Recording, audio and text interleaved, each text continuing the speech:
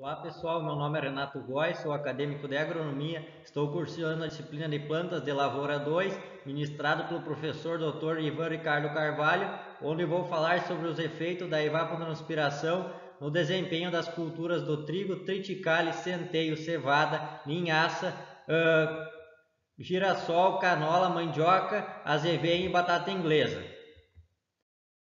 Então, esse trabalho tem por objetivo apresentar os principais dados referentes à evapotranspiração e necessidade hídrica das principais culturas de interesse agronômico, levando em consideração seu estágio fenológico e os fatores que determinam a taxa de evapotranspiração e a necessidade hídrica.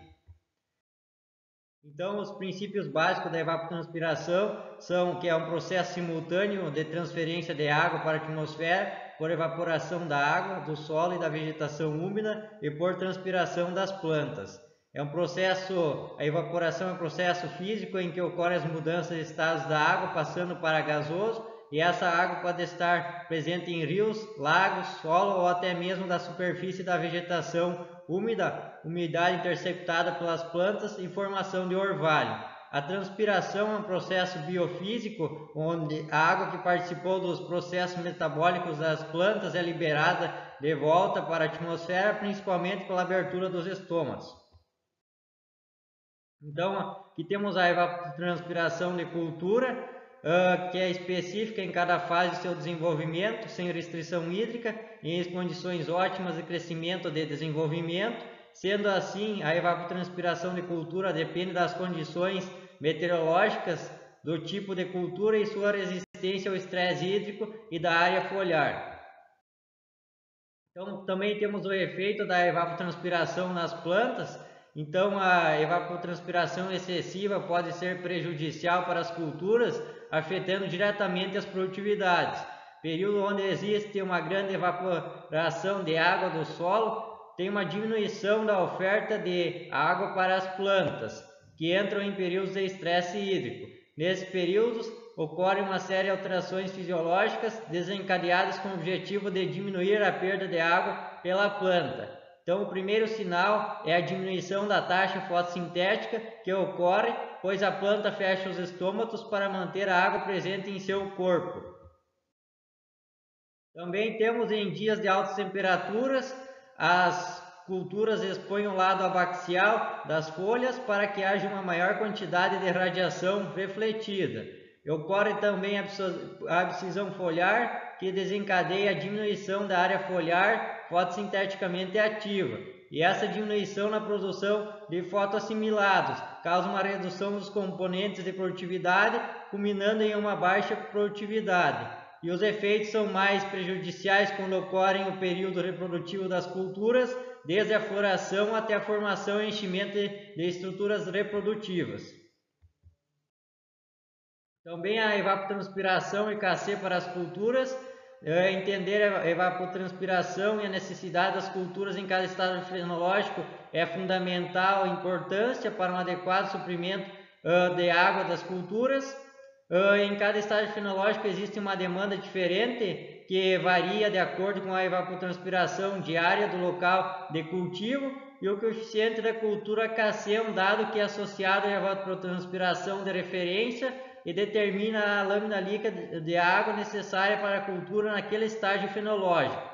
Podemos dizer que a necessidade de água da cultura depende do período de ciclo e deve ser somada com a evapotranspiração do dia, gerando o valor que a planta deve receber de água durante cada dia do ciclo.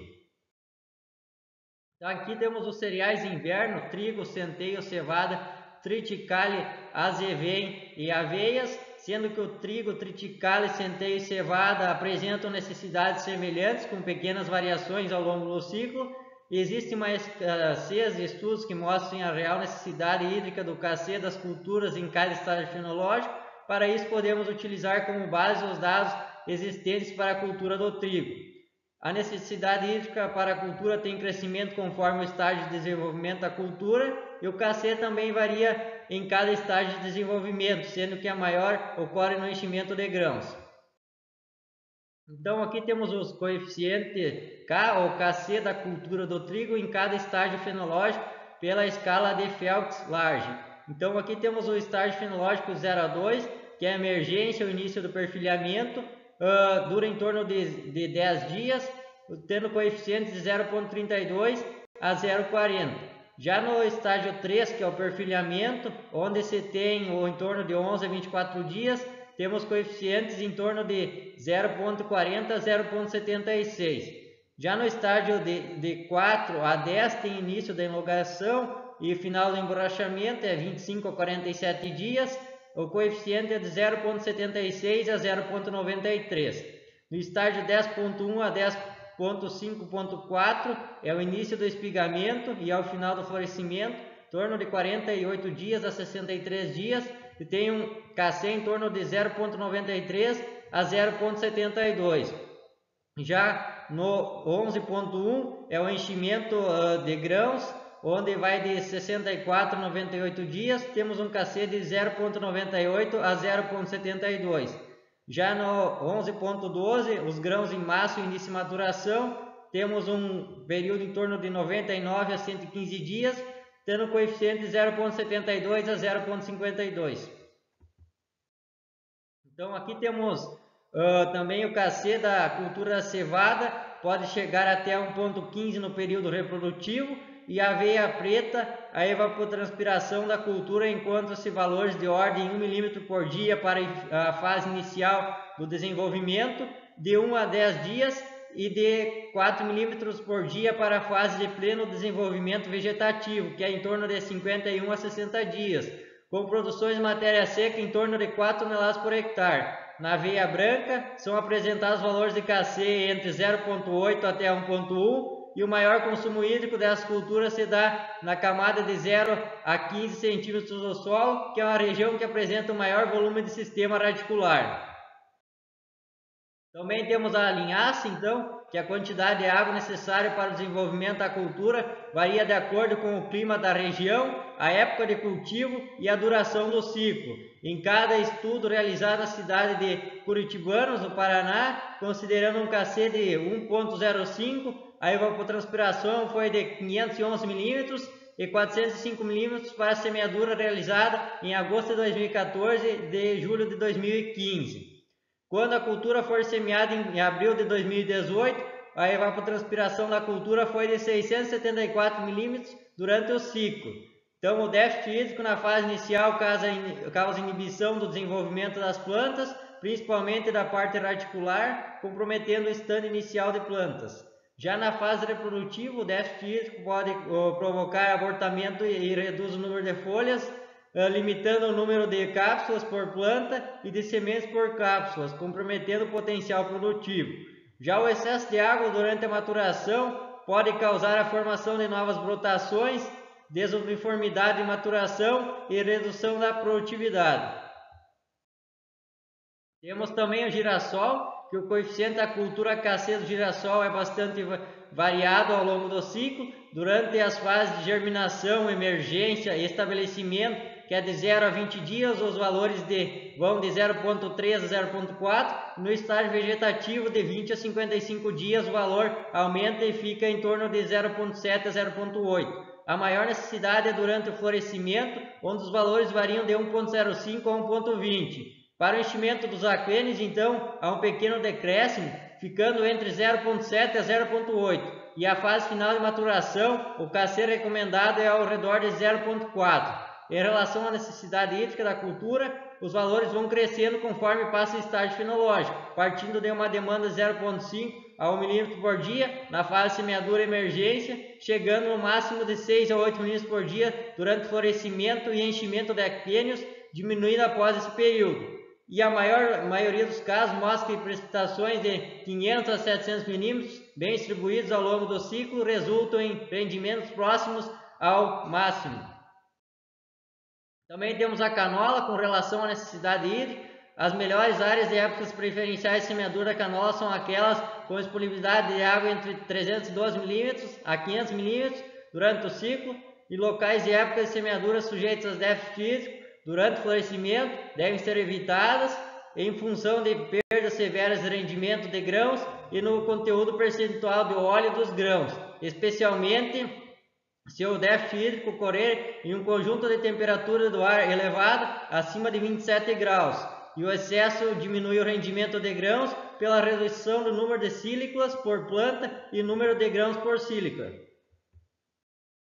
Também temos a cana-de-açúcar, que a demanda hídrica anual da cultura pode variar de 1.500 a 2.500 milímetros ao ano nas diferentes regiões, e o período crítico em relação ao déficit hídrico corresponde ao período de máximo crescimento vegetativo, aproximadamente aos 8 primeiros meses de vida. E o consumo diário de água da cultura depende da cultivar e do estágio fenológico, variando de 2 milímetros a 6 milímetros por dia.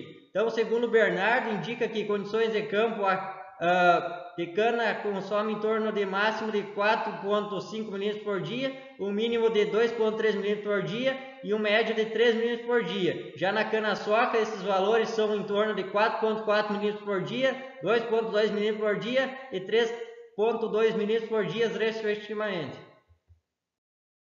Também aqui temos a evapotranspiração na cultura da cana, também varia de acordo com o estágio fenológico da cultura. Então, segundo Gonçalves, em um estudo da região de Paraipaba, determinou os valores de KC de 0,23, 1,03 e 0,50 para as fases inicial, intermediária e final do ciclo da cultura, respectivamente. E a fase inicial corresponde aos primeiros 80 dias de ciclo, e a fase intermediária em torno de 80 a 317 dias do ciclo final, entre 117 e 435. Podemos ver aqui que 30 a 60 dias, o coeficiente da cultura foi em torno de 0,40 a 0,60, já em 50 a 75 foi de 0,90 a 1, e já no final ali da senescência se diminuiu em torno de 0,80 a 1,05. Então aqui temos a mandioca, então, que segundo a Embrapa, o período de maior necessidade de água da cultura são entre 80 a 140 dias de desenvolvimento, e durante a tuberização das raízes é indicado que não haja umidade em excesso, visto que a alta umidade do solo pode causar apodrecimento nas mesmas e facilitar a entrada de fungos e outros patógenos. Então os dias de plantio em torno de 0 a 360 dias, tendo KC no início em torno de 0,55, aumentando ali em torno de 100 a 120 dias para 0,98, e a medida ali que 220 a 360 diminui, que tem uma menor demanda hídrica. Também temos a batata inglesa, que segundo a Embrapa necessita em torno de 250 a 550 milímetros, e a maior necessidade está na formação da produção, correspondente ao estágio de formação de tubérculos.